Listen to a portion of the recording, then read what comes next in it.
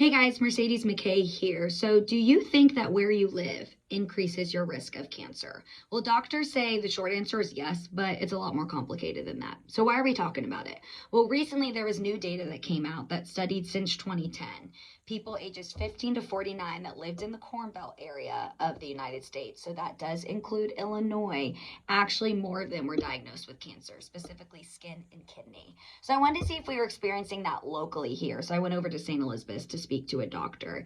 He told me that we are seeing more cases of skin cancer, but that also has to do with exposure and being out and about. But where you live does not necessarily mean that you have an increased risk of cancer. It also matters your socioeconomic status, your access to healthcare, and your daily exposures. Of course, I know we've heard this time and time again.